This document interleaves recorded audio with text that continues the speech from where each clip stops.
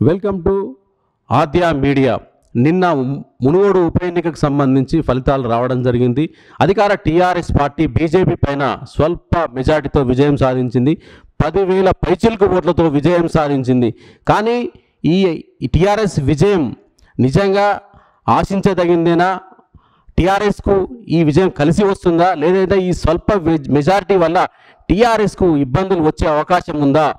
ఇక బీజేపీ ప్రతిష్టాత్మకంగా తీసుకున్నప్పటికీ అపజయాన్ని అయితే మూటగట్టుకుంది. కానీ మేమే విజయాన్ని సాధించాము, అధర్మంగా అక్కడ ఎన్నికలు జరిగాయని చెప్పి వాళ్ళు అంటున్నారు.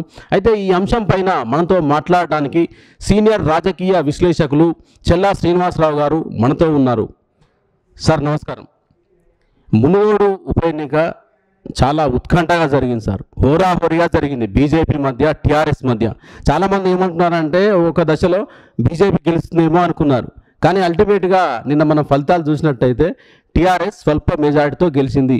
నిజంగా టీఆర్ఎస్కి ఇది ప్లస్ అవుతుందా, లేదంటే ఈ స్వల్ప మెజారిటీ టీఆర్ఎస్కు ఇబ్బందిగా మారే అవకాశం ఉందా? రెండు రాష్ట్రాల్లోనూ ఉత్కంఠత కలిగించిన హోరాహోరీ సమరంలో ప్రస్తుత విజయం టీఆర్ఎస్కు పెద్ద ఊరటనిచ్చిందే అని చెప్పాలి. తాత్కాలికంగా వాళ్ళకి చాలా చెప్పుకోవడానికి ఉపశమనం కలిగించిందని చెప్పాలి. ఎందుకంటే బీజేపీ మధ్య టీఆర్ఎస్ మధ్య ఉప్పు నిప్పులాగా సమరం జరుగుతుంది.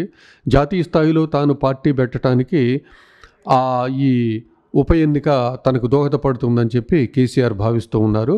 ఈ టైంలో వాళ్ళకి ఆ విజయం దక్కితే ఇది బీఆర్ఎస్కు పునాది అని చెప్పి వాళ్ళు చెప్పుకునే అవకాశం ఉంది.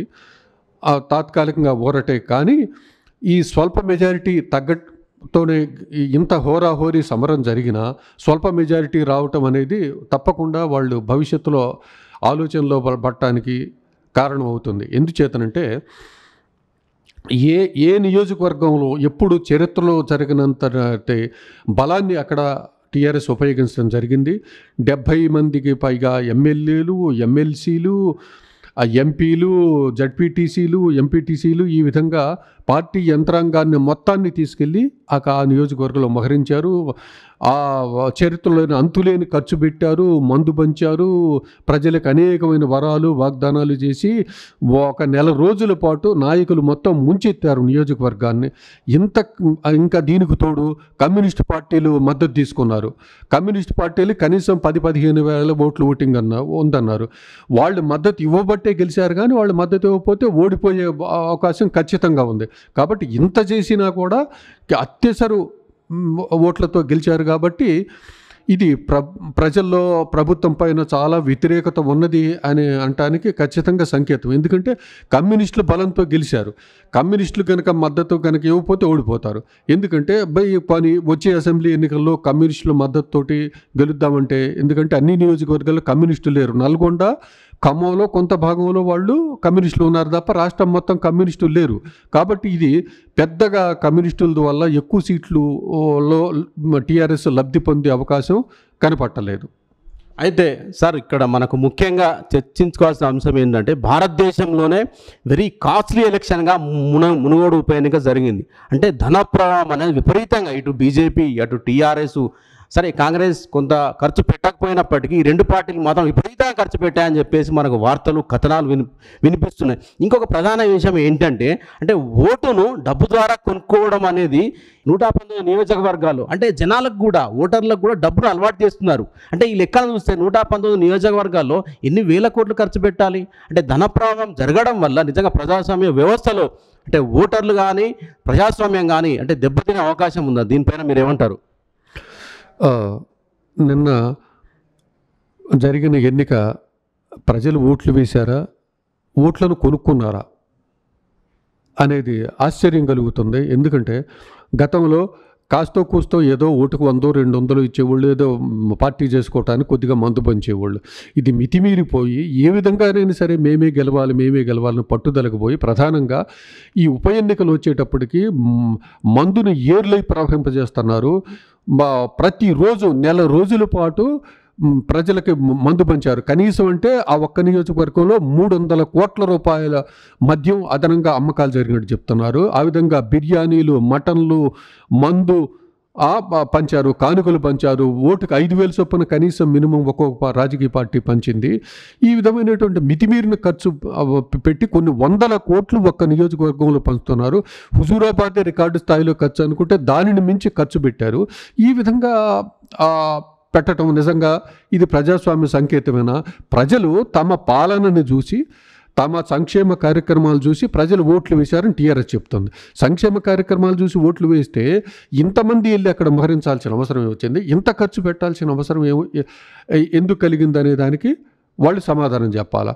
అయితే ఇందులో ఇంకోటి ఏంటంటే నాయకులు కొనుగోలు, సర్పంచుల్ని, ఎంపీటీసీల్ని, జడ్పీటీసీల్ని సంతలో పశువుల్ని కనుక వేలం వేసి కొన్నట్లుగా పార్టీలు కొనుక్కున్నాయి. టీఆర్ఎస్ పార్టీ 35 మంది స్థానిక సంస్థల నాయకులను తమ పార్టీలోకి ఫిరాయింపు చేసుకున్నారు.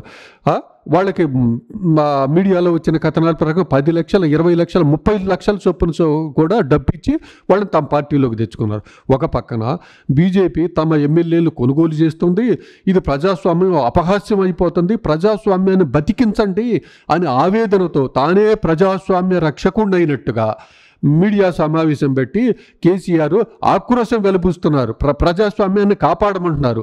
ఒక పక్క చెబుతూ ఇంకో పక్క అదే సమయంలో స్థానిక సంస్థల నాయకులకి డబ్బులిచ్చి ఈ విధంగా కొనుగోలు చేస్తున్నారు.